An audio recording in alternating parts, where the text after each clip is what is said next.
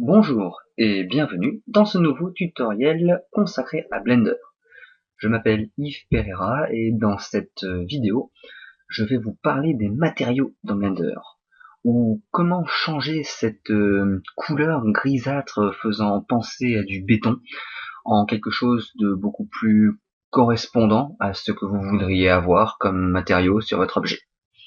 Alors cette vidéo est une première vidéo, sûrement assez longue, sur les matériaux, donc en gros comment changer la couleur de votre objet, mettre plusieurs couleurs sur un objet, rajouter de la transparence ou faire en sorte que l'objet reflète les objets qui sont autour de lui. Et viendra ensuite une autre vidéo sur les textures. En général, on confond assez facilement les deux quand on connaît pas bien la 3D.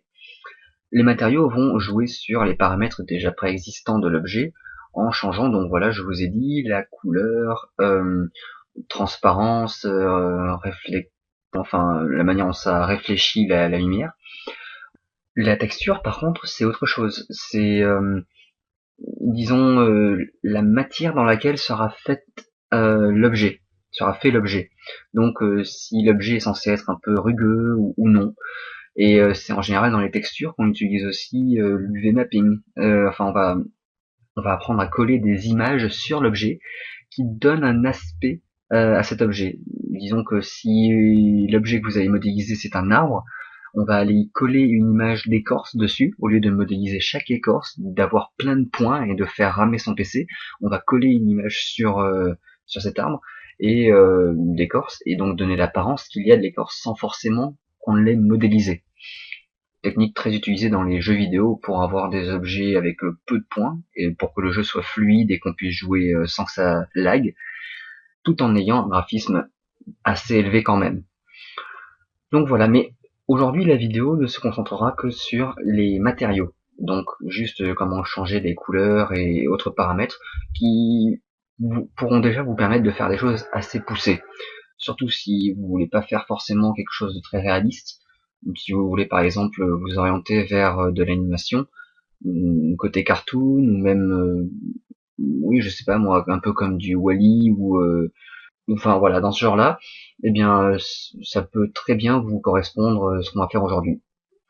Allez, donc sans plus tarder, on va commencer. Je vais déjà commencer par mettre mes raccourcis clavier. Mince.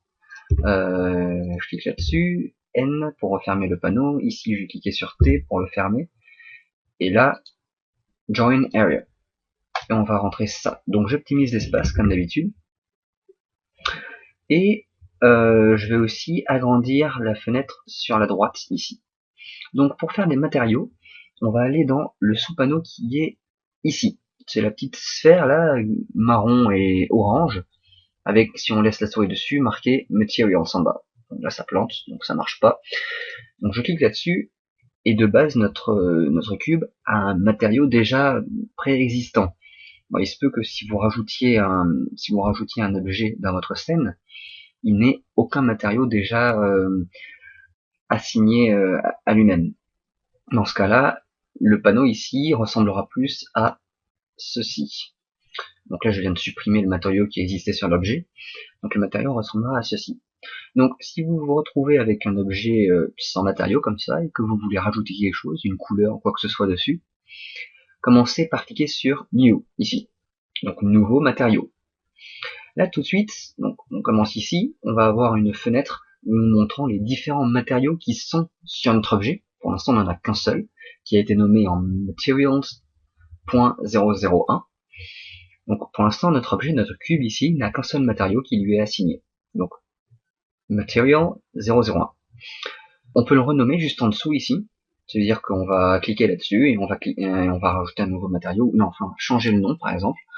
Je vais dire que je veux l'appeler juste Material et pas .001. Voilà, là j'ai renommé et ça se réédite ici aussi. On va parler de ces boutons plus tard dans le tutoriel, donc je passe pour l'instant. À côté ici, on va avoir un menu déroulant. Ça plante pas, donc c'est bien. Où on va avoir le récapitulatif de tous les matériaux que j'ai utilisés dans ce fichier .blend.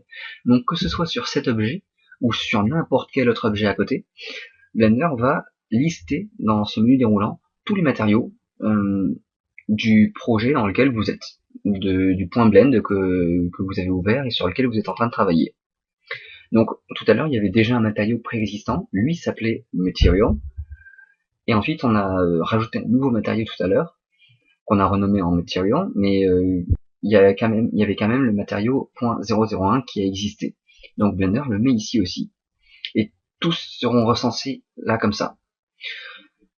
Donc si vous avez une scène très complexe avec plein d'objets partout, que vous avez déjà, par exemple, vous avez fait je sais pas moi, un verre ou une bouteille ou un truc comme ça. Enfin voilà, vous avez déjà modélisé une bouteille que vous vouliez mettre sur une table. Vous trouvez que la texture du verre de la bouteille était vraiment très bien faite. Le matériau, pardon, je risque de confondre texture et matériau dans la vidéo, mais le matériau que vous avez réalisé pour la bouteille est vraiment très bien fait. Et vous voulez reprendre le même pour les verres. Au lieu de tout rechercher, de tâtonner avec tous les paramètres qui sont en dessous ici, vous allez tout simplement cliquer sur le menu déroulant, retrouver le matériau que vous auriez nommé bouteille par exemple, avec la barre de recherche ici en bas par exemple, et vous pourrez l'appliquer automatiquement ou recopier les mêmes données pour votre verre. C'est beaucoup plus simple. Ou faire partager ce matériau au verre. Bon, on verra comment faire tout ça un peu plus tard dans cette vidéo. Je vous parlerai des boutons qui sont ici aussi un peu plus tard. Et ça, alors celui-là on n'en parlera pas. C'est plus poussé déjà. Et là non plus. Non plus, on n'en parlera pas. Donc en dessous, on va avoir différents types de matériaux qu'on peut rajouter à notre objet. Surface, c'est le plus utilisé en général. C'est le plus intuitif aussi, c'est ce à quoi on fait référence quand on parle du menu de matériaux en général. On pense aux matériaux de surface. Ça veut dire qu'on a notre objet, tout gris là, et puis on va pouvoir changer la couleur et on va jouer directement sur la couleur de ce matériau là. Wire, en fait on va faire un rendu seulement des arêtes de l'objet et ça va faire une vue comme une vue fil de fer en fait, en quelque sorte. Comme si on faisait un rendu d'un vue fil de fer. Donc là, si je reprends mon cube de base et que je fais un rendu actuel, on verra que les arêtes de mon cube, comme si c'était en vue fil de fer. Donc si je fais échappe et que je fais Z pour passer en vue fil de fer, ben on voit ce que c'est. Donc Z, je repasse en mode objet. Donc ça c'est wire. Volume, on n'en parlera pas cette fois-ci, pas dans ce tutoriel, parce qu'en fait c'est un système de matériaux qui a été implémenté uniquement pour tout ce qui est fumée. Enfin, de base, ça a été fait pour les fumées. Donc, plus tard, quand on verra les systèmes de fluide, enfin, de fumée, pardon, dans Blender, je vous introduirai ce matériau-là parce que c'est grâce à ça qu'on pourra voir notre fumée qu'on aura réalisée dans Blender. Et donc, je vous parlerai de tous les paramètres en dessous relatifs aux fumées dans cette vidéo-là plus tôt. Pas ici. Et le Halo, on passera dessus un peu plus tard. En fait, Blender va prendre tous les sommets, non plus les arêtes, mais les sommets de notre objet, et va faire en sorte que chaque sommet soit un point lumineux, auquel on peut ajuster la couleur, la taille du point, l'intensité de la lumière, et ainsi de suite. C'est assez pratique, si on met plein de points d'affilée, on peut faire des trucs vraiment sympas. Et pour l'instant, je vais reprendre sur surface. Donc je repars de zéro, je vais sur surface. Voilà, donc dans surface, à peu près comme dans tous les systèmes qui sont ici, vous voyez que il y a un truc qui change pas, c'est la fenêtre en dessous, la fenêtre preview qui est ici, donc aperçu, une fenêtre d'aperçu où on peut voir une prévisualisation de ce qu'on va voir au rendu. Alors vous me direz ouais mais l'objet on l'a à côté, on a dans la vue 3D. Alors oui, cependant dans la vue 3D, bon, certains paramètres changeront. Vous allez voir la couleur qui va changer ici, la spécularité peut-être aussi. Mais si je rends mon objet transparent, ou même si je lui applique un effet de miroir dessus, ça je ne le verrai pas dans la vue 3D. C'est quelque chose qui sera visible seulement ici. Et donc pour se faire une idée et pouvoir tâtonner et voir ce qu'on veut exactement, pour notre rendu, au lieu de à chaque fois recalculer, faire F12 et faire tout un rendu complexe juste pour rien, en fait pour voir, si pas pour rien, pour voir ce qu'on vient de traficoter dans les paramètres, c'est une perte de temps parce que les rendus peuvent être longs parfois pour pas grand chose et donc on a mis cette prévisualisation, ça permet juste de voir vite fait sur l'objet la simulation de tous vos paramètres ici et qu'est-ce que ça doit donner. Alors forcément tous vos objets ne sont pas des sphères, En l'occurrence, là, j'ai une sphère et un cube qui sont radicalement différents. Donc pour ça, à côté, j'ai un panneau de différents objets qui rassemble à peu près toutes les circonstances dans lesquelles vous pourrez vous trouver. Le plan, quand vous voulez voir, vous avez rajouté une texture d'image et vous avez changé deux trois trucs, vous voulez voir à quoi ressemble l'image, au lieu de l'appliquer sur une sphère, vous l'appliquez juste sur un plan. Ça peut être pratique. Le cube, en l'occurrence, c'est tout à fait adapté à la situation, parce que je suis sur un cube et donc je veux voir un cube. Suzanne, parce que Suzanne est une forme plutôt complexe, avec des bosses et des creux, tout ça. Et donc on peut plus facilement s'imaginer ce que ça va donner sur une forme complexe qu'on aurait dans notre scène 3D. Donc voilà, ça c'est pour tous les objets assez complexes, on peut se donner une idée de ce que ça va donner dans la vue 3D derrière. Ici on a des particules sous forme de cheveux en fait, comme si on avait, si vous voulez faire du gazon, enfin voilà, de l'herbe, des poils, une fourrure, n'importe quoi. Vous allez utiliser le système de particules de Blender, qui peut être coloré bien sûr. Vous n'allez pas avoir des particules, enfin des cheveux comme ça tout le temps gris, ce serait atroce. Donc si vous voulez avoir une prévisualisation de comment ça va donner dans en vrai, ben vous avez cette fenêtre là, cette particularité ici. Et enfin, une sphère, mais avec un fond coloré. J'ai pas bien compris l'intérêt là-dedans, donc peut-être que sur net vous trouverez une explication à ça, mais enfin, voilà, ils ont mis le sky, enfin le ciel derrière, et la sphère. C'est la même chose que là, mais avec un fond différent derrière. Donc voilà, je ne vais pas vous donner plus d'explications. Avant d'aller plus loin, vous noterez que cette fenêtre est vraiment quand même assez pratique, essentielle. Donc, il se peut que, comme vous le voyez, le panneau est assez long. Déjà, même avec des panneaux qui sont fermés comme ça, il est déjà assez long. Alors si j'ouvre tous les panneaux qui peuvent être ouverts, on voit que ça commence à prendre beaucoup de place. Et arrivé en bas ici, vous voyez pas forcément, enfin, c'est un peu chiant des fois de reprendre cette barre de scroll là, ou même la souris, enfin la molette, pour remonter, voir ce que ça donne, redescendre, retraficoler les trucs, remonter, revoir ce que ça donne. Donc en fait, il est possible de changer la place de chacune de ces petites fenêtres là. Donc on va cliquer là-dessus là, et on voit que notre fenêtre se décolle de toute la barre, et si on la baisse assez, on voit qu'on la fait descendre sous les panneaux, ou remonter, et on la place à l'endroit où on le veut comme ça.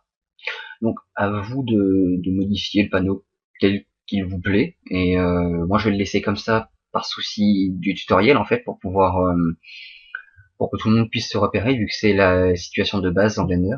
Enfin, c'est par défaut, ça se situe ici, donc je le laisse tel quel dans mon tutoriel. Et mais vous, je vous donne quand même cette astuce, vous pouvez déplacer comme vous le voulez cette barre là. Donc on va passer en dessous de Preview, on a Diffuse. Diffuse va vous donner la couleur de votre matériau, donc vraiment le truc de base, comme je vous ai dit, c'est la couleur de votre matériau, de votre objet. Vous allez pouvoir le changer.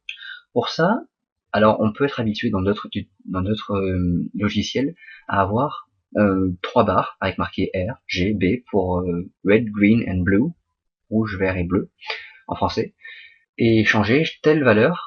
Sauf que là c'est pas pareil, enfin presque pas pareil, vous n'avez pas directement les trois barres, vous devez juste cliquer là-dessus, et là vous allez avoir votre cercle chromatique avec les variances de sombrité, non, les variances d'ombre, enfin de comment on dit ça, à quel point ça devient foncé ou pas, voilà, foncé ou clair. Et en dessous vous avez bien sûr vos trois barres rouge, vert et bleu, red, green, blue. Alors contrairement à la plupart des logiciels, et même à l'informatique par défaut, Blender ne va pas de 0 à 255, il s'arrête à 1 maximum. Donc à vous de tout revoir à partir de 0 à 1, vous testez. Vous avez l'option pipette à côté, forcément, qui vous permet de reprendre une couleur dans Blender, pas autour. Enfin, il me semble que j'ai déjà essayé, ça marche pas avec des aimants du bureau par exemple, mais non, il faut que ce soit dans Blender. Et ensuite, donc, vous avez le petit point blanc là, et vous pouvez le changer, cliquez sur la souris, cliquez n'importe où dans le cercle, et puis vous allez changer donc justement la couleur de votre objet, qui s'édite donc dans votre vue 3D, tout comme dans la fenêtre de prévisualisation, comme on vient de l'annoncer plus tôt. Par défaut, donc tout ça c'est sur du 0.8. Voilà. Et donc ça remet au blanc. Ici donc vous cliquez et vous avez donc j'ai toujours pas le mot en tête, mais bon voilà. Vous voyez très bien à quoi ça sert, c'est plus on va bas et plus ça devient noir, et plus on va haut, plus ça éclaircit les couleurs. Voilà, par défaut c'est aussi sur du 0.8, donc par là, si je monte encore un peu, voilà, donc c'est 0.81, bon d'accord, 8.01, je pense que tout le monde sera d'accord avec moi, c'est bon. Alors après, c'est pas fini, on a aussi HSV, je sais pas je sais pas quelles sont ces initiales, enfin à quoi ça correspond.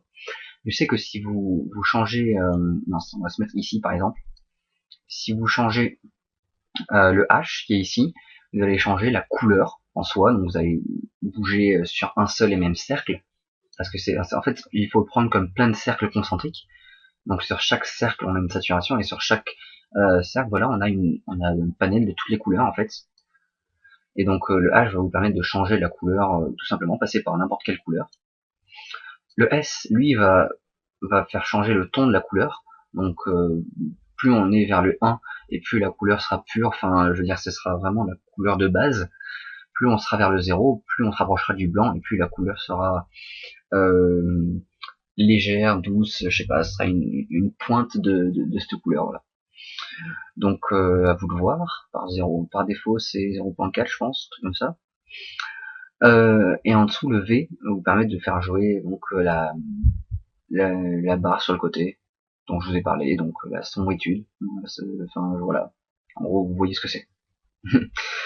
Donc ça c'était sur du 0.8 il me semble aussi, enfin, encore du 0.8, hein, 8.01.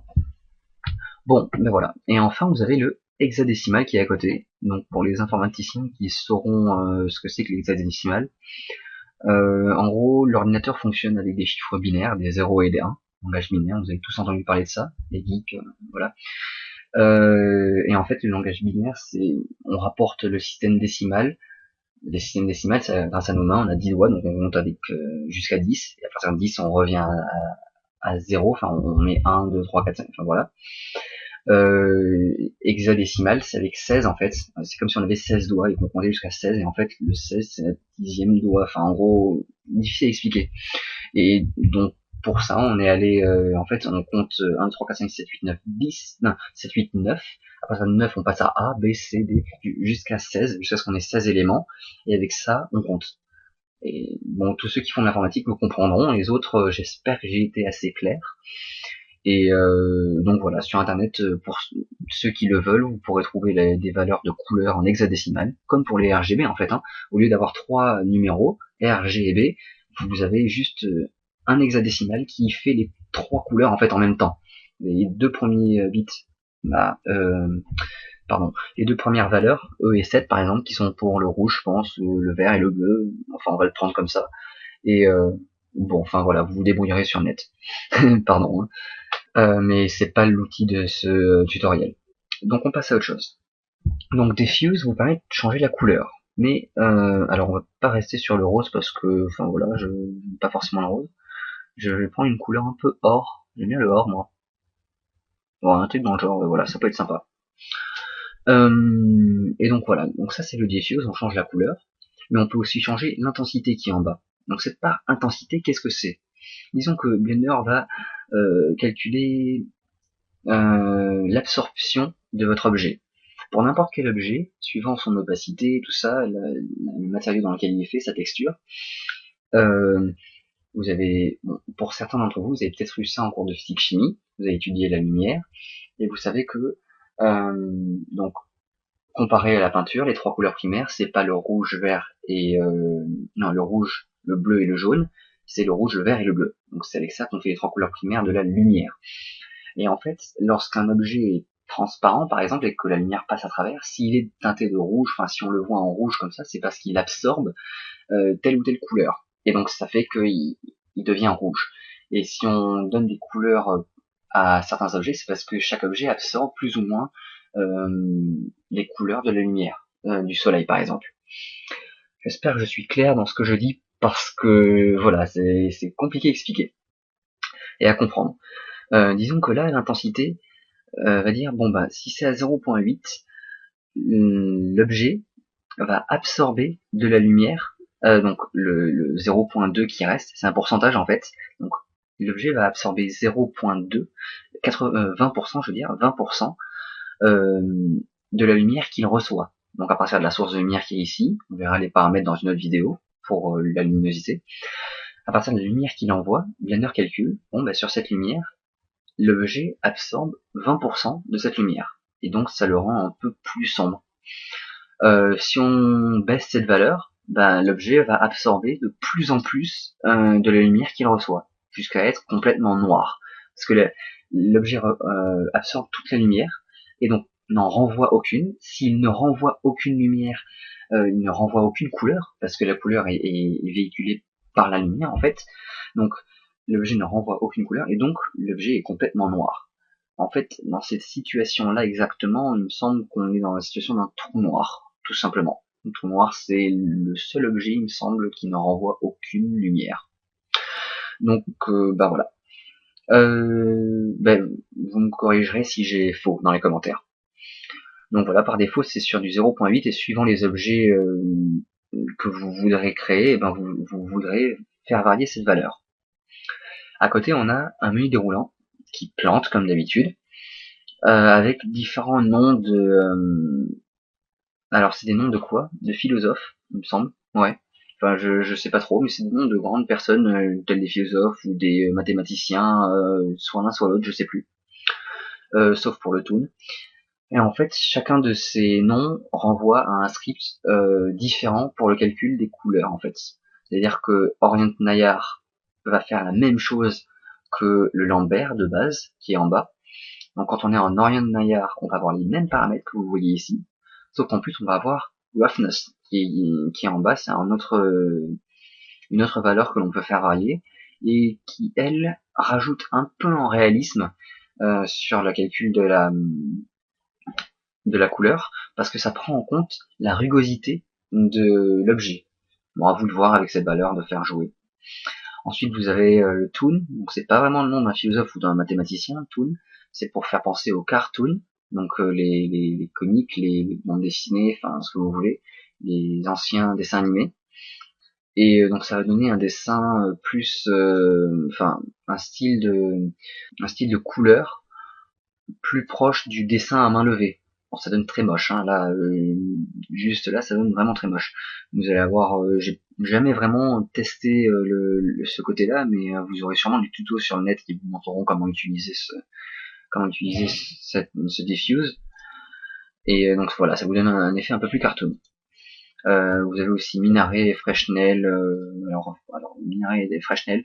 Le Minaret va faire la même chose qu'avant, que les deux autres, Lambert et Orient Nayar. Sauf qu'il va y avoir le darkness qui est ici. Et en fait, plus vous allez... alors, ça commence à 1, il me semble, ou quelque chose comme ça. Plus vous allez baisser la couleur, plus elle va enfin, le darkness, plus ça va se rapprocher de 0, plus les bords de mon objet vont s'éclaircir, en fait. Et plus la valeur sera au-dessus de 1, et plus... Alors, pas les bords vont s'éclaircir, mais le centre de l'objet va se noircir. Donc, en fait, c'est un effet qui est assez sympa pour donner l'illusion d'un objet qui est éclairé par derrière.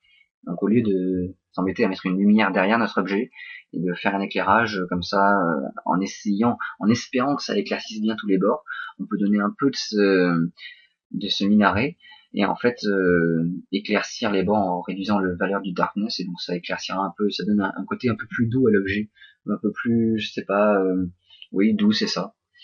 Ou alors voilà on assombrit le centre. Voilà, à vous de voir dans quelle situation vous voudrez utiliser. Le Freshnel, lui, va être plus utilisé pour tous les objets type métallique. Ouais, j'ai un peu oublié quels étaient les paramètres en dessous. Je m'excuserai, hein, mais je suis pas Dieu non plus. Hein. Donc voilà, je passe là-dessus sur le Freshnel. On va rester sur Lambert parce que c'est celui de base et celui que j'utilise le plus souvent. Donc, on vient de voir Diffuse, on va le fermer. Comme ça, on verra tout ce qui était fermé. D'ailleurs, j'ai tout ouvert tout à l'heure pour vous montrer. Oui, donc tout est ouvert et on va fermer progressivement ceux dont on ne se sert plus. En dessous du diffuse, on a specular. Alors, c'est la spécularité, ou spec, tout court. C'est quelque chose qui est vraiment bien Alors, parce que c'est une variable qu'on peut faire changer, quelque chose qu'on peut modifier, et qu'on ne peut pas modifier normalement en réalité. Enfin, c'est très dur de faire jouer la spécularité d'un objet en vrai. Qu'est-ce que la spécularité? Pour ceux qui ne le savent pas, en fait, c'est cette petite tache blanche que vous voyez ici. C'est la réfraction de la lumière, en fait. À chaque fois, quand vous avez des objets métalliques, parfois vous allez avoir un, voilà, un reflet de soleil ou un reflet de lumière qui se fait dessus, qui est différent de celui d'un tissu, qui sera beaucoup plus doux et quasiment invisible. Enfin, qui sera visible, mais beaucoup moins que celui d'un objet métallique.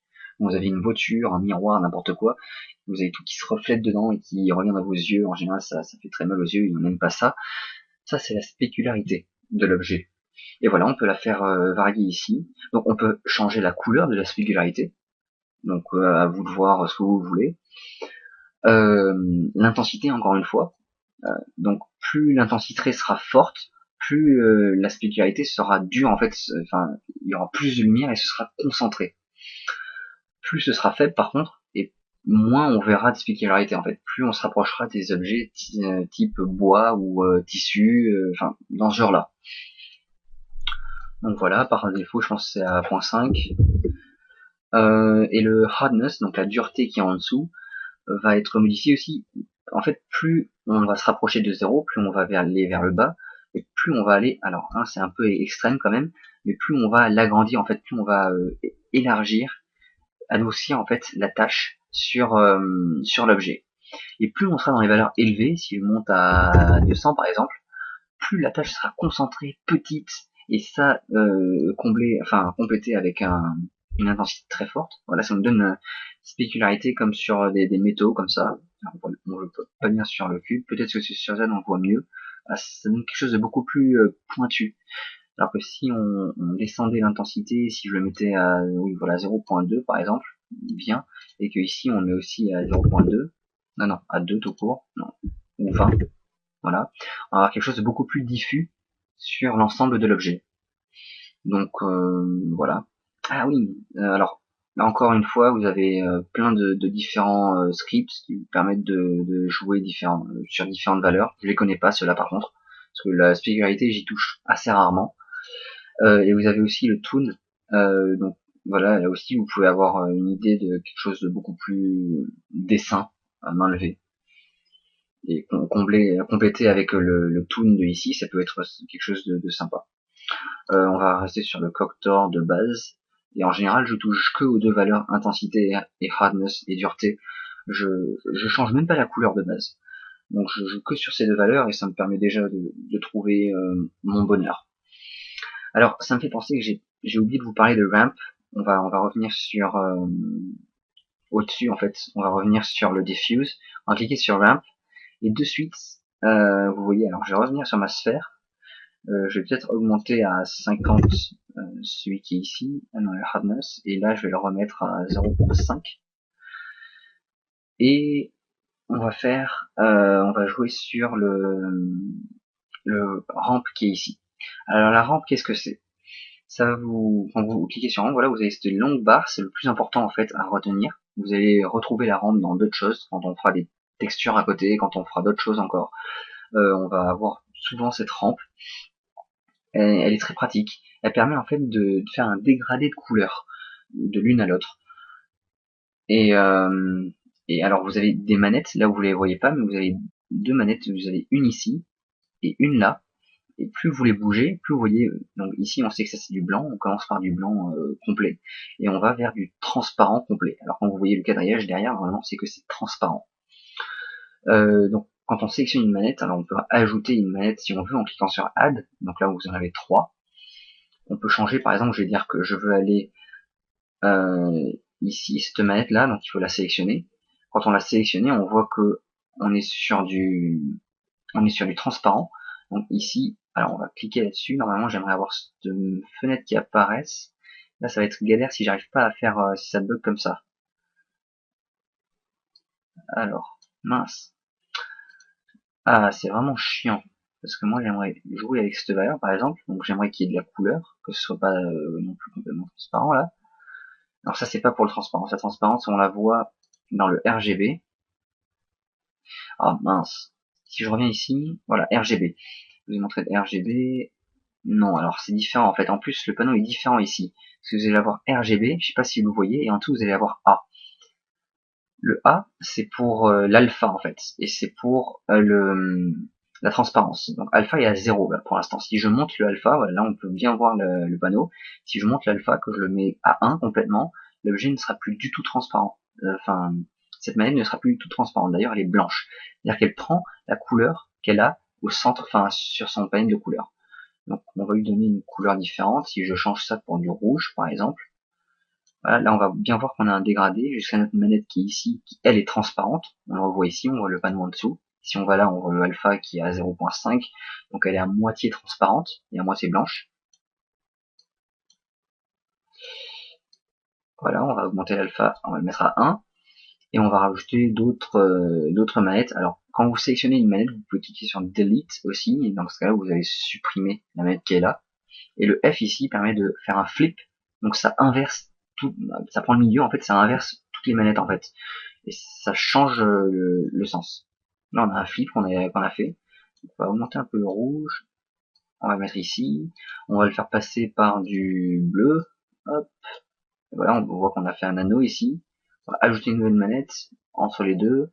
Dire que cette manette là, je veux qu'elle soit pas violette, mais dans le vert, on va dire. Hop. Voilà. Et là, on voit qu'on a déjà fait plusieurs bandes de plusieurs couleurs. Enfin, en fait, on a fait une sorte de dégradé. Si je vais sur non, ça ne fonctionne pas. Bon, c'est dur à voir sur les autres aussi. Peut-être que sur les cheveux, ouais, bon, c'est dur à voir. Mais on arrive à faire un dégradé d'une couleur à une autre. Donc voilà. Après, vous allez avoir encore différents scripts, différentes manières de calculer en fait cette rampe et donc ce blindage, enfin blend, ce dégradé. Oui, c'est ça, c'est le mot. Vous pouvez le changer. Alors en général, quand je vais sur les tutoriels, les gens ils transforment linéaire, ils le mettent à B-spline, ils le changent sur B-spline parce que ça donne un truc un peu plus doux, ça adoucit un peu entre les bords. À vous de voir. Apparemment, le linéaire est beaucoup plus sec. Ça c'était pour la rampe. On va la décocher. Du coup, on retrouve notre couleur de base. Et désolé pour les menus qui clignotent et qui bug complètement, mais je peux rien y faire. Je pense que c'est parce que j'enregistre mes vidéos. Donc spécularité, pareil, vous allez avoir la même rampe en dessous. Donc je viens de vous la montrer, on va pas trop s'y attarder. On referme le spéculeur ici parce qu'on vient de le finir, et on va aller sur shading. Alors ça va gérer tous les ombrages de votre matériau. Donc toutes les ombres qui s'appliquent, par exemple, alors c'est pas forcément des ombres, mais bon, ils le mettent dans le menu ombre quand même. Le shading c'est l'ombrage. Alors, première valeur qu'on a ici, c'est le emit, donc l'émission en quelque sorte. Et si on augmente cette valeur, on va s'apercevoir, bon, pas tout de suite, mais enfin, au fur et à mesure, on s'aperçoit que notre objet est de plus en plus clair. En fait, on est en train de dire que cet objet émet de la lumière, ou émet son matériau. Donc même si vous avez une scène complètement noire, donc si je remets ça à 0 par exemple, je vais repartir à 0, voilà, sélectionner ma lampe, qui est droit, et est-ce qu'il y a un moyen pour que... Oui. Donc, si je vais dans le outliner qui est au-dessus, donc c'est quelque chose qui redispense en gros tous les objets de ma scène. Donc vous avez la scène. À l'intérieur de ma scène, on a render layers. Donc en fait, c'est tous les tous les différents calques qu'il faut pour créer notre rendu à la fin. Donc ça, on ne touchera pas dans notre vidéo. Donc c'est tout ce qui permet de faire notre rendu à la fin. Sinon, on est donc pour tout ça, notre rendu il se situe dans le monde. Enfin, il englobe notre monde. Notre rendu, ben, il fait un rendu du monde dans lequel on est. Le monde, en fait, world, c'est l'espace 3D. Ça veut dire c'est tout le gris que vous avez derrière la grille et tout ça, c'est l'espace voilà dans lequel on est, dans lequel on évolue ici. Et dans ce monde, qu'est-ce qu'on a? Pour l'instant, on a 3 objets dans notre scène. On a la caméra, le cube de base et notre lampe. Lampe qui est sélectionnée, donc qui est en blanc ici. À côté, vous avez 3 paramètres ici. Vous avez l'œil, la flèche et la caméra. On va décocher la caméra qui est ici. Dans ce cas-là, on va dire que quand on fait un rendu, on veut qu'on fasse le rendu comme si la lampe n'existait pas, comme si elle n'était pas là. Mais pourtant, l'œil ici dit qu'on le voit dans l'espace 3D. Si on décochait l'œil, on verrait plus la lampe dans l'espace 3D. Là, c'est pas le cas. On veut pouvoir voir la lampe ici parce qu'elle existe toujours. Par contre, on veut qu'elle ne soit pas rendue à la fin, enfin qu'on n'utilise pas ces données quand on fait notre rendu.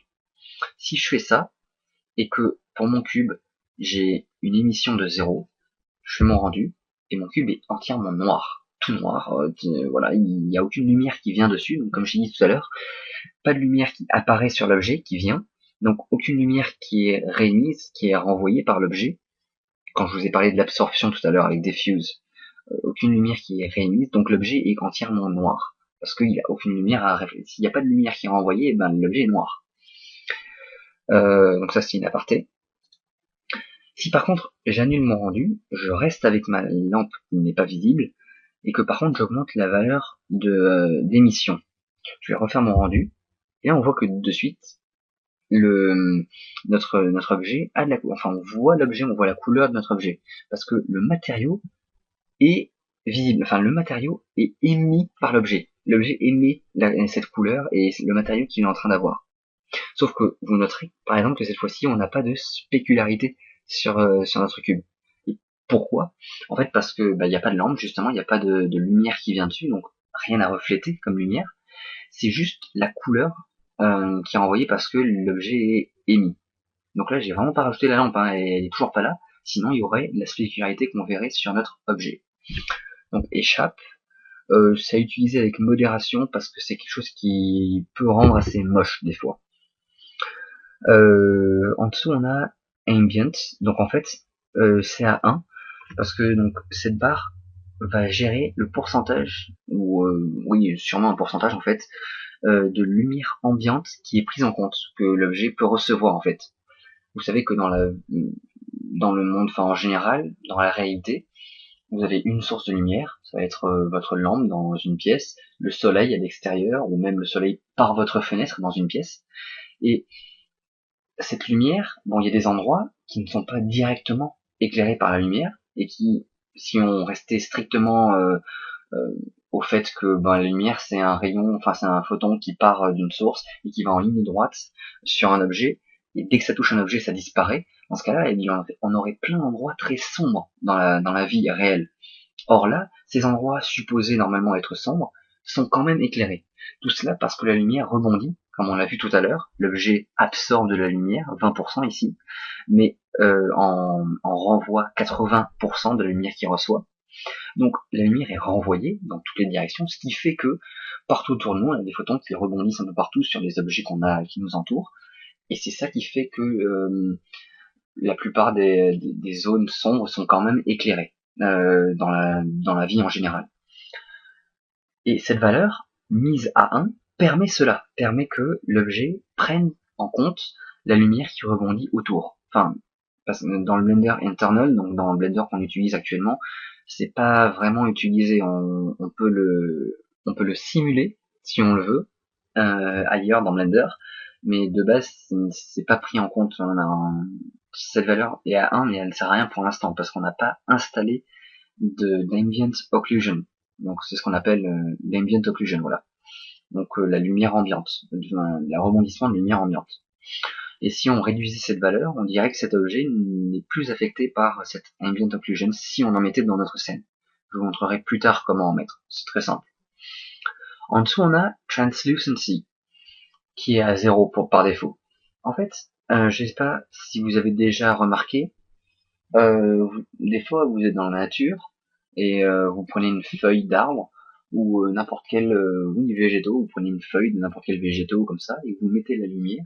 Donc la feuille est quelque chose de très mince, très fine, et donc la lumière passe à travers, et ça donne un effet diffus de lumière, parce qu'on a quand même une lumière qui passe à travers, donc ça change la couleur de la feuille, suivant qu'on la mette devant le soleil, ou suivant qu'on la regarde non à contre-jour.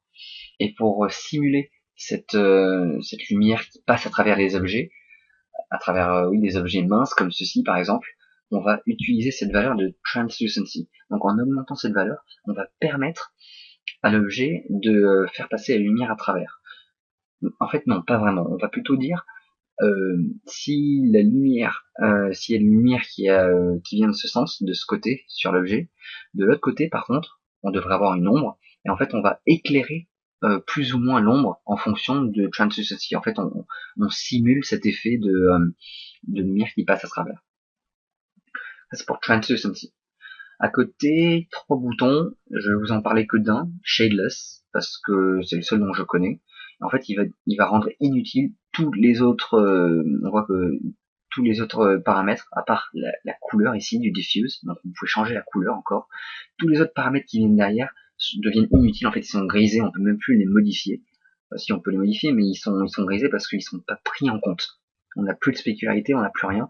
C'est l'objet est devenu shadeless, comme il n'y a plus d'ombre. C'est shade, c'est les ombres. Less, quand on dit que quelque chose est quelque chose less en anglais, c'est que ça ne l'est pas justement. Donc useless, ça vede dire que c'est inutile. Use, c'est utiliser. Less, c'est inutile. Useless. Par exemple, pour d'autres qui me vient à l'esprit tout de suite. J'ai pas d'exemple là qui me viennent de suite en tête, mais donc voilà, là il y a plus d'ombre en fait sur l'objet. Donc lui je le connais, les deux autres en fait je les connais pas et quand je m'en sers, je vois pas du tout à quoi ça pourrait servir. Cubic Interpolation, peut-être que ça a un sens pratique. Hein. Alors il y a marqué quoi? Use Cubic Interpolation for diffuse values for smoother transitions. Ah, donc ça donne donc dans les valeurs un peu diffuses, ça donne une transition plus lisse, plus souple. Oui, sûrement. Enfin, je vais pas vous dire de conneries là-dessus, je connais pas, et puis voilà, je sais pas, donc je peux pas vous dire. Donc on a déjà vu diffuse et specular, on a vu shadeless, shading, pardon, on vient de le regarder. On va aller sur transparency. C'est un mot qui est transparent, on peut le dire. Et donc ça va rajouter de la transparence, voilà, à notre objet. Donc on veut que notre cube, qui on va l'imaginer très fort, c'est un verre, et donc on veut pouvoir voir à travers, parce que c'est un verre. Il faut vraiment être doué pour imaginer un verre là-dedans. Mais bon, admettons. Donc pour ça on va cliquer sur la petite boîte, ça paraît évident comme ça, et donc on va encocher tous les paramètres qui sont ici. Le masque, de base je ne vais pas vous en parler, parce que c'est très très rarement utilisé, et puis aussi et surtout parce que je sais pas comment l'utiliser. The transparency. Donc voilà, ça c'est la transparence telle qu'on l'imaginerait de base.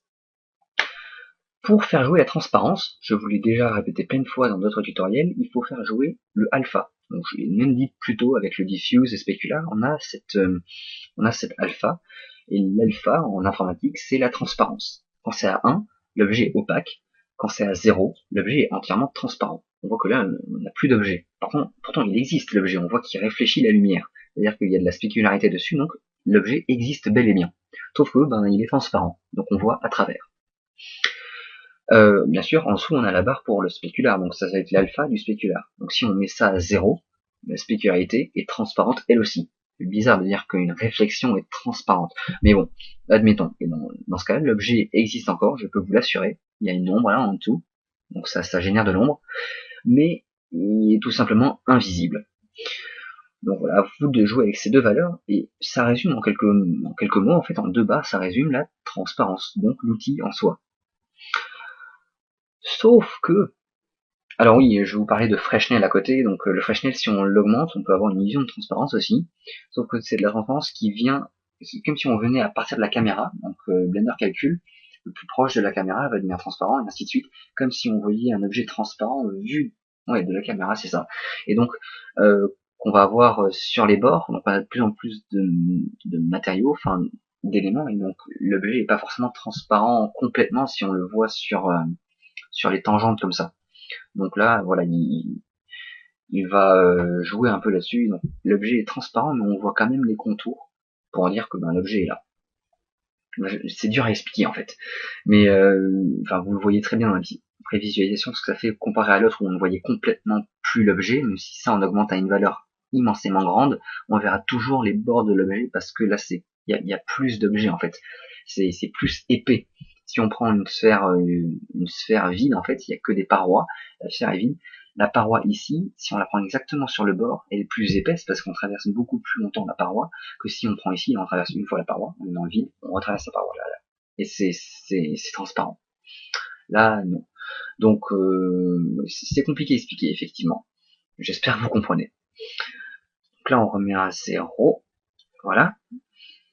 Attends, quand on était là, on peut faire le blend, ça veut dire que quand on augmente, vous voyez bien qu'il y a une transition de l'un à l'autre. Et donc, si on fait varier ça, on va faire varier la manière dont on fait le dégradé, en fait, entre les deux. Donc voilà, là, je remets à 0. Et donc, ça signifie, du coup.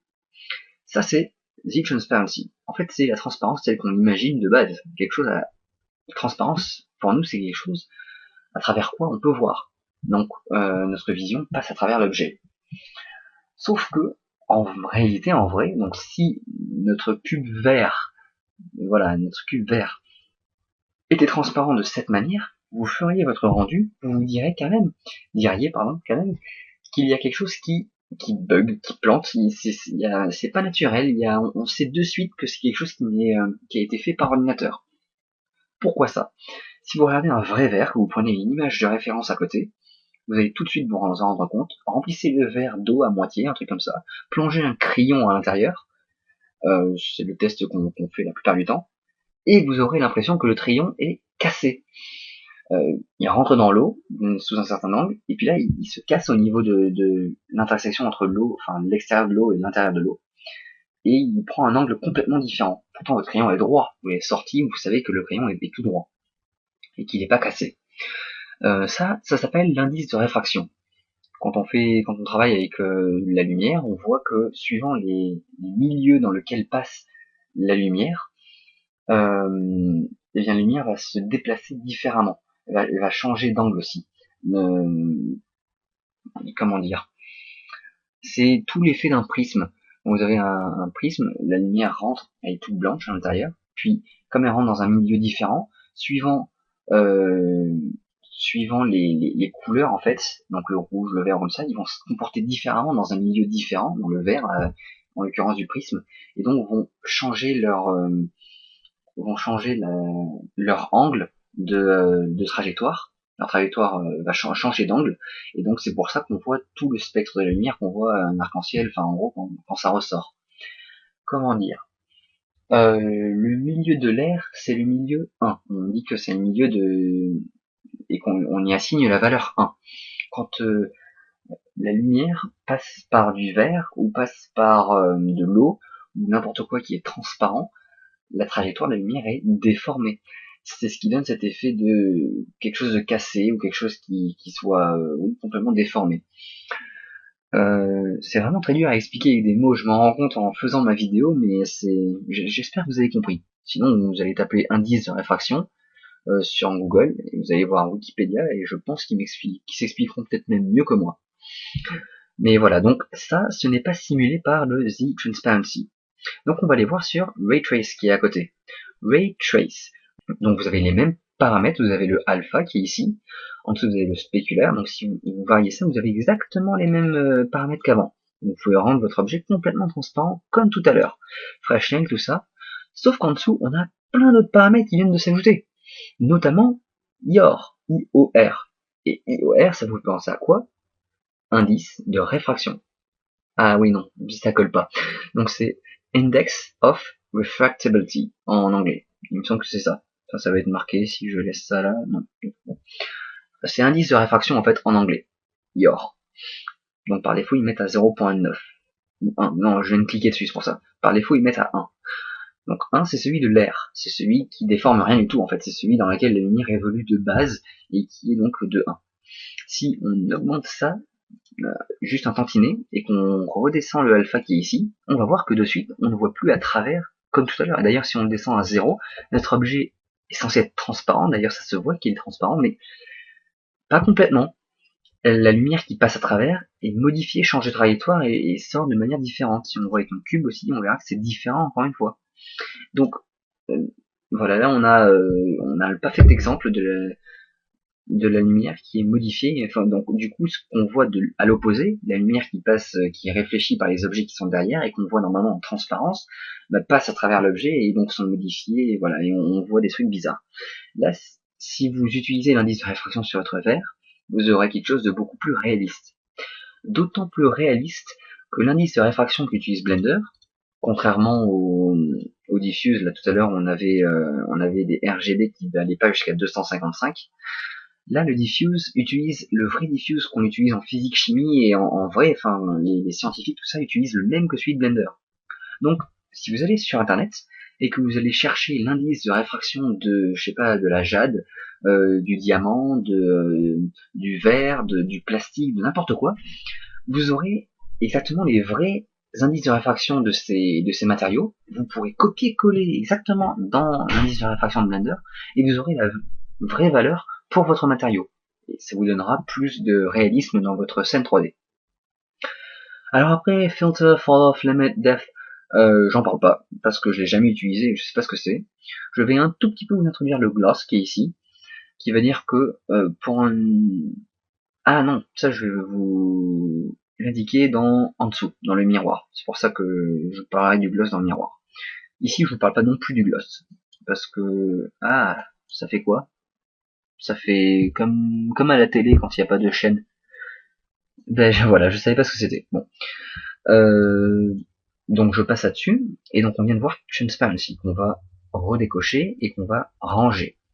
On va voir miroir maintenant, mirror. Donc comment faire en sorte que votre objet réfléchisse ce qui est autour. Donc oui voilà, réfléchisse pas seulement à la lumière, mais les objets comme un miroir en fait, comme si c'était un vrai miroir. Parce que à part les miroirs, il y a quand même plein d'autres objets qui renvoient quand même les objets qui sont autour d'eux.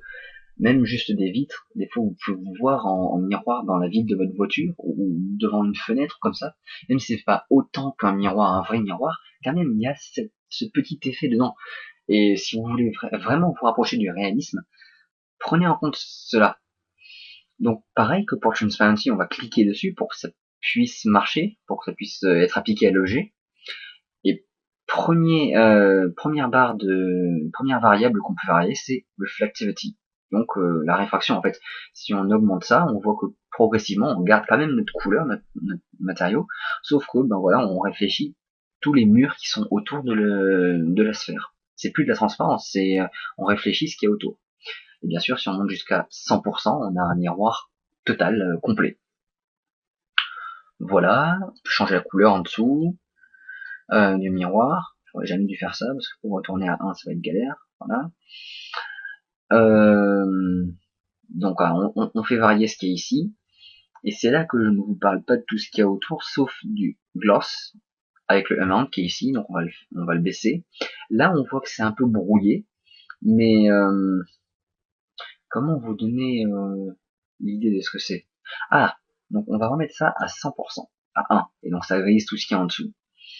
Ce que je vais faire, je vais toucher un peu à ma scène qui est ici, je vais monter un peu mon cube au-dessus de la... Alors, j'ai fait 1, voilà. 5, je le mets au centre, je vais juste le poser comme ça sur les axes. Je vais faire Shift A, rajouter un plan. Le plan, je vais l'agrandir, donc je vais faire S, et rentrer directement une valeur, je vais dire 15 par exemple. Hop, entrée. Et cet objet, donc, vous voyez là, par exemple, je viens de rajouter un objet et il a aucun matériau qui lui est appliqué de base. Donc je clique sur New. Donc je lui rajoute un nouveau matériau. Dans le diffuse, je vais dire que ce matériau est complètement noir. Je vais aussi, dans le shading, dire qu'il est shadeless. Je veux pas de spécularité non plus dessus. Il n'y a pas d'ombrage. Par contre, c'est un objet qui sera réflectif. Enfin, je sais pas si c'est le mot qu'on dit, hein, réflectif, mais bon, je l'emploie. Je vais augmenter la réflectivité de 100%, donc c'est un total miroir. Là, si par exemple vous faites un F12, vous voyez que mon cube a été reflété à 100% dans mon plan. Et là, je vais toucher un peu au gloss, donc je vais le baisser. Ça fait quelque chose de très moche ici. Par contre, quand vous faites F12 et que vous regardez, on voit que le miroir, enfin la réflexion de mon cube a été beaucoup plus, je sais pas, usée. Donc échappe, je vais l'augmenter à faire, en fait, plus on l'augmente, et moi je trouve, je l'utilise sur de grandes valeurs, en fait, de grosses valeurs comme ça, parce que je trouve que ça fait un peu plus classe quand même. Ça reprend quand même l'esprit du cube, mais ça le blur, enfin ça le floute un peu sur le bas. Et voilà, ça c'est le gloss amount. Si vous augmentez les samples qui sont ici, qui sont au nombre de 18, vous allez augmenter un peu la qualité de ça. Et l'anisotropique, je sais pas ce que c'est. shape of the reflection. Ah, ça doit être le shape, c'est la forme, donc ça doit être la forme du cône apparemment, peut-être. Donc voilà, touchez un peu à tous ces boutons, faites des tests et vous verrez un peu à quoi ça ressemble, enfin comment. Là je vous donne un peu les astuces de base, je vous dis un peu bon ça va faire varier telle valeur. À vous de faire les tests pour voir ce que vous voulez dans vos rendus. Échappe donc. Donc j'en ai fini avec miroir, je décoche le miroir, je le range, et je vais aller sur le Subsurface Scattering. Ça, encore une fois, il faut cliquer sur le panneau si on veut l'utiliser, mais ça on peut pas l'utiliser parce qu'on est sur du shadeless. Ah oui, mais on est plus sur notre cube. Donc je vais faire X et je vais supprimer mon plan. Je vais revenir sur mon cube, et je vais venir sur le Subsurface Scattering qui est ici, et je vais l'encocher. En fait, je vais pas vous expliquer tous les boutons qui sont là, parce que j'ai jamais étudié le Subsurface Scattering, j'ai jamais vraiment fait de rendu de scène qui me permettent de l'utiliser vraiment. Mais je peux vous dire ce que c'est. Et vous avez même des paramètres par défaut ici que vous pourrez utiliser et sans avoir à toucher aux paramètres qui sont en dessous, si un jour vous en avez vraiment besoin. Alors, le Subsurface Scattering, c'est un objet qui permet de simuler, pareil que pour le shading, là vous aviez le Translucency, mais pour des objets plus épais, plus gros. Alors, je sais pas, de la peau par exemple, de la chair ou un truc. Vous avez déjà pris, tout le monde a fait ça un jour, enfin une lampe de poche. Vous prenez une lampe de poche, vous le mettez devant votre main, et votre main, vous voyez comme il y a du sang qui circule dans votre corps, ben, vous voyez le rouge à travers, et enfin, votre chair, elle est un peu, elle fait passer à travers en fait, elle fait passer la lumière quand même à travers votre corps. Si vous mettez une forte source de lumière dessus. Donc voilà, là sur votre doigt par exemple, vous mettez la lampe de poche et vous allez voir le doigt tout rouge, parce qu'il y a du sang qui passe dans le doigt bien sûr, mais tout rouge parce que ça fait quand même passer la lumière à travers. Ça c'est pour des objets organiques. Tout ce qui est organique, enfin organique c'est naturel, vous allez voir que ça fait quand même passer la lumière à travers. Donc pour des objets plus minces, plus fins, comme du papier ou des feuilles d'arbre, vous allez utiliser le translucency qui est ici, tout ce qui est beaucoup plus épais, comme alors ben voilà, on a une liste de presets qui est ici, voilà une pomme, cream donc de la crème, du ketchup, tout ça. Vous allez pouvoir utiliser le subsurface scattering. Donc en fait c'est comment je peux traduire ça, subsurface, donc sous-surface, et donc sous-surface et scattering c'est l'éparpillement. Oui, donc ça éparpille la lumière à travers un objet en gros. Donc voilà. Je peux pas trop vous en dire. Si vous voyez SSS sur le net aussi, c'est le diminutif de Subsurface Scattering. Ils mettent SSS pour un diminutif sur internet. Donc à vous de voir. Enfin, vous faites pas avoir par SSS quoi. Voilà, voilà.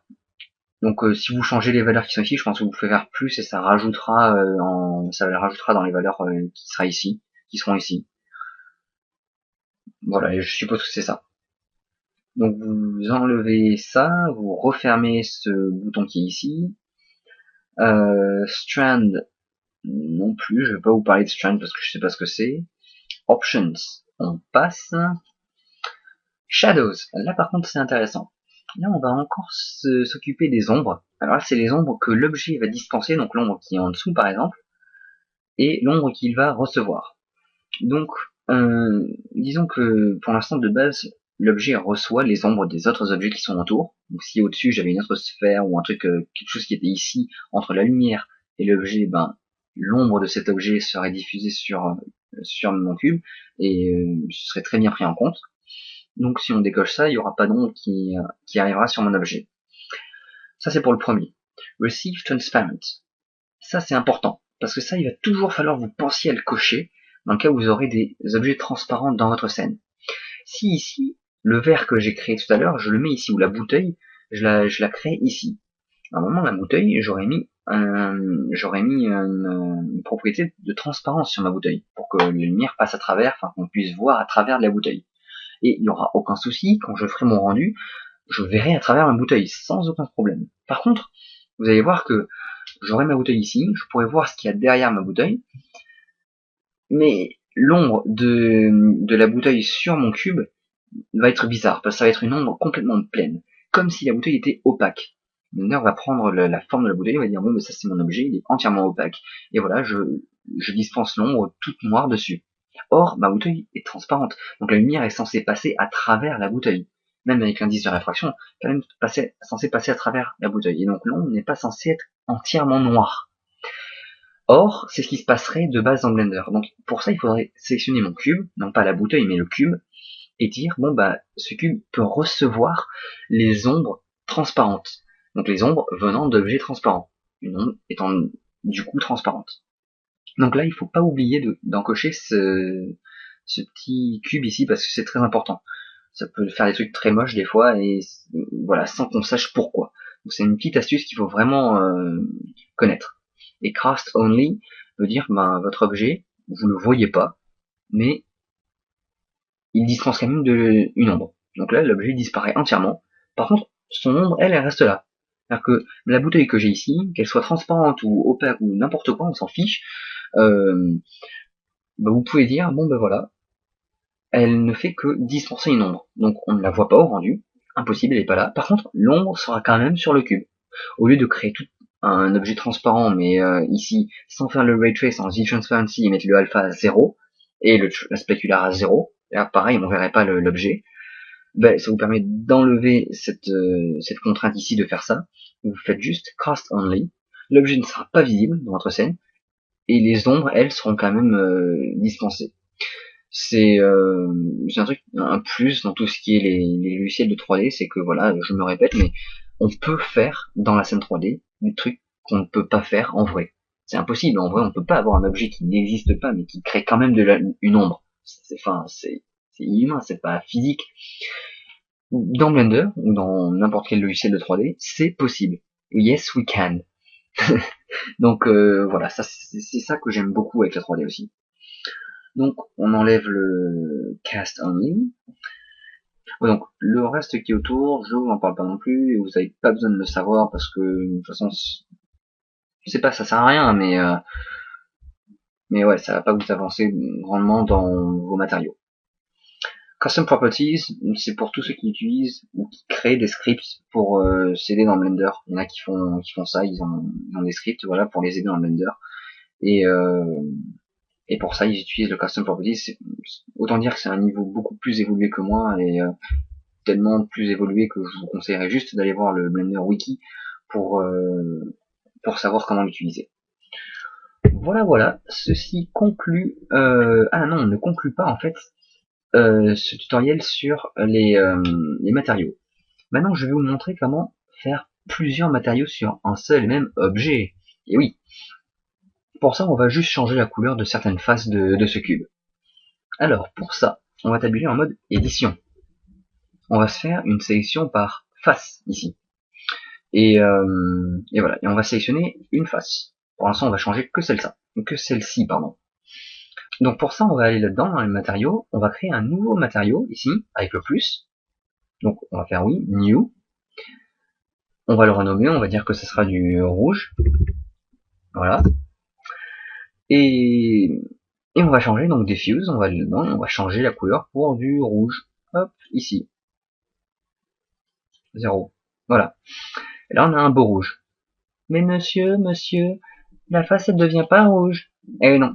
Ça marche pas comme ça tout d'un coup en claquant des doigts. Après, tous les paramètres qui sont en dessous seront les mêmes, hein, donc je reviens pas dessus.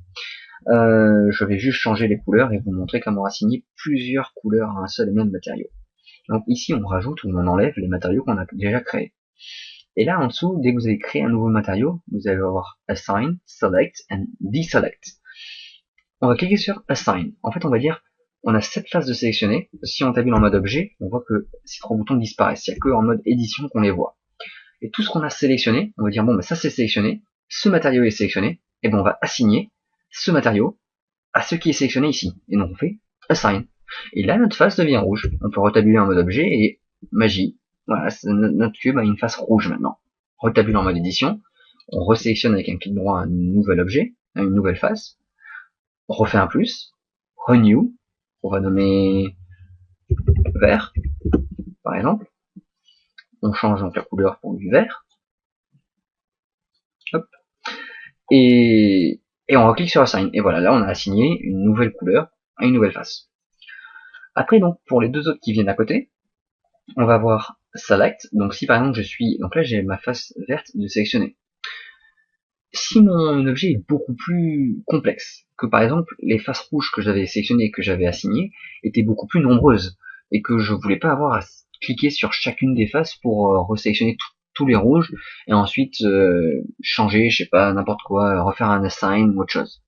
Je peux carrément aller sur, par exemple, là mon matériel tout court, il y a 4 faces à sélectionner, j'ai pas envie de faire le tour de mon cube pour aller sélectionner chacune des 4 faces. Donc je vais cliquer sur Material qui est ici, et Select. Dans ce cas-là, je sélectionne automatiquement toutes les faces de ce matériau-là. Bon, en plus j'avais ma face verte qui est désélectionnée, donc ça me l'a gardé sélectionné.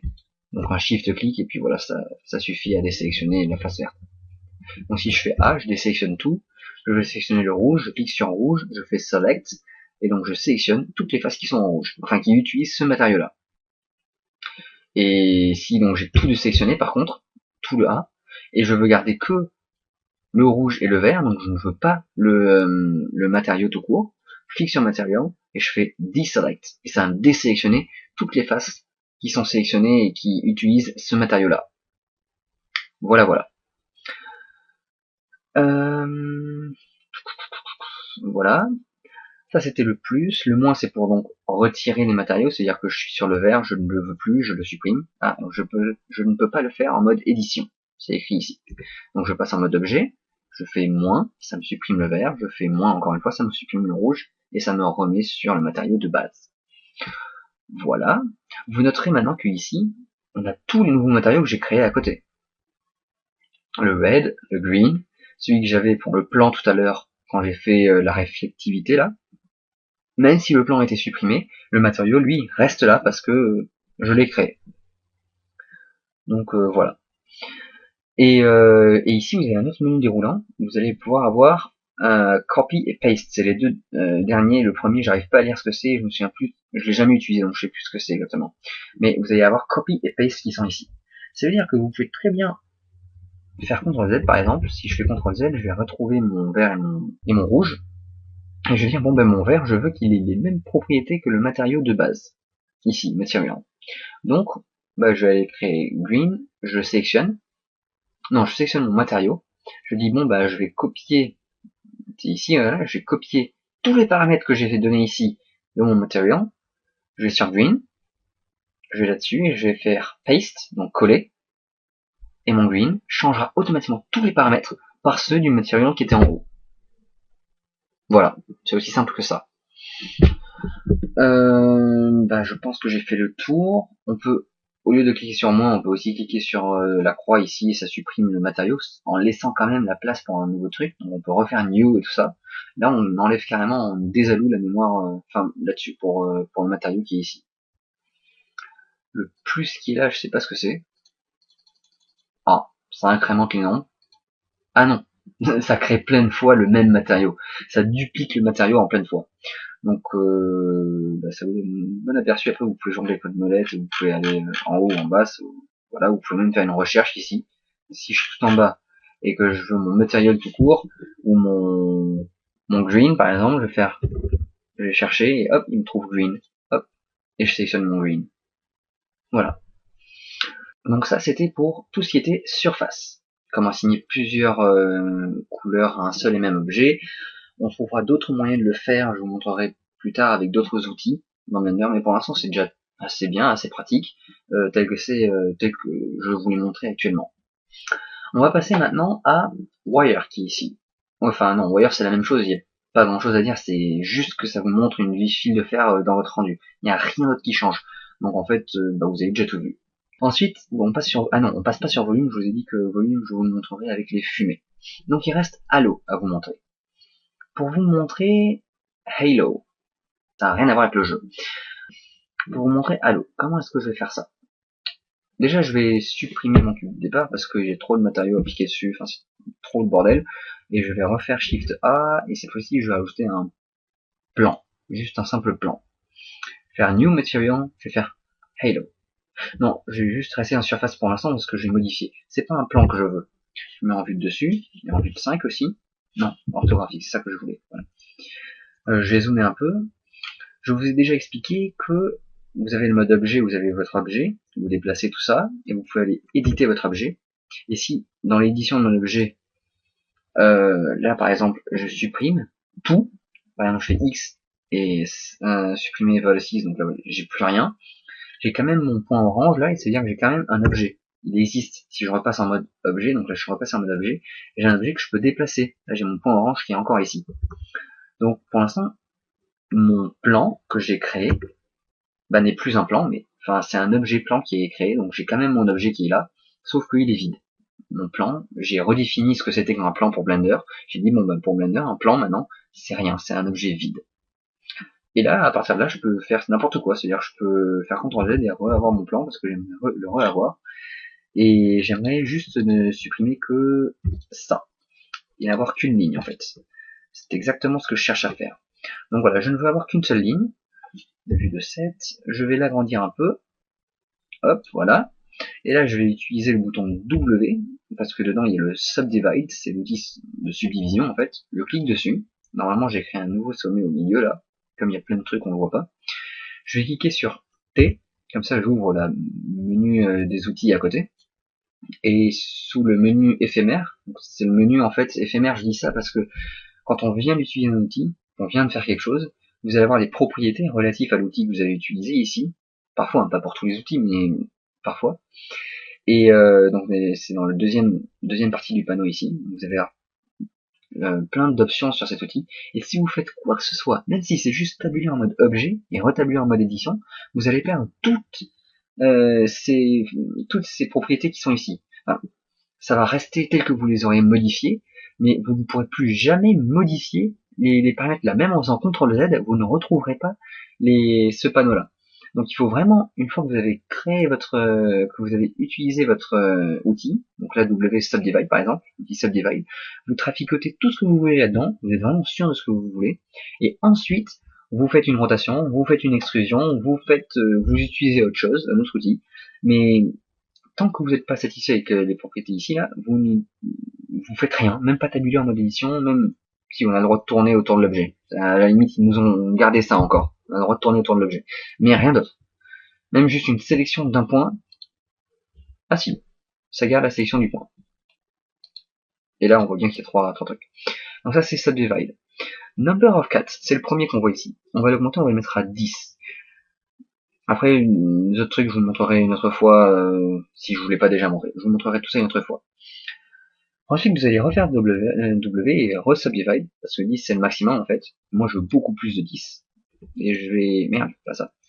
W, et je vais refaire un subdivide une dernière fois. Et là on a tellement de points qu'on voit même plus la différence entre chacun des points. De loin. Donc voilà, ça c'est... Voilà, hop, je vais mettre à 2 ou 3. Voilà. Maintenant que j'ai fait ça, je fais T, je rétablis le mode objet. Donc là je vais refaire T, je vais voir. Si je repasse en mode édition, tout ça, ça a disparu. On repasse en mode objet. Et maintenant, je vais aller sur Halo. Et donc je crée un matériau de type Halo sur ma ligne qui est ici. Et là je vais faire un rendu, donc de base, vous allez voir ce que ça fait. Boum, ça fait un gros néon blanc en plein milieu, parce que chacun des points de mon objet a été transformé en, en lumière. Et elles sont tellement proches qu'en fait toutes les lumières on voit pas les distinctions entre chacune d'elles. Oui, pour vous montrer un peu ce que ça fait de base, je vais peut-être vous rajouter genre une UV sphère à côté. Et je vais mettre Halo. Si je me mets en vue 0 ici, je vais le bouger pour qu'on le voit à côté. Je fais F12. Et là vous avez Halo, vous avez aussi la sphère qui est entièrement blanche, qui est toute blanche. De base, pourquoi c'est blanc? Parce que la couleur est blanche ici. On va changer ça, on va mettre un bleu assez sympathique. Hop.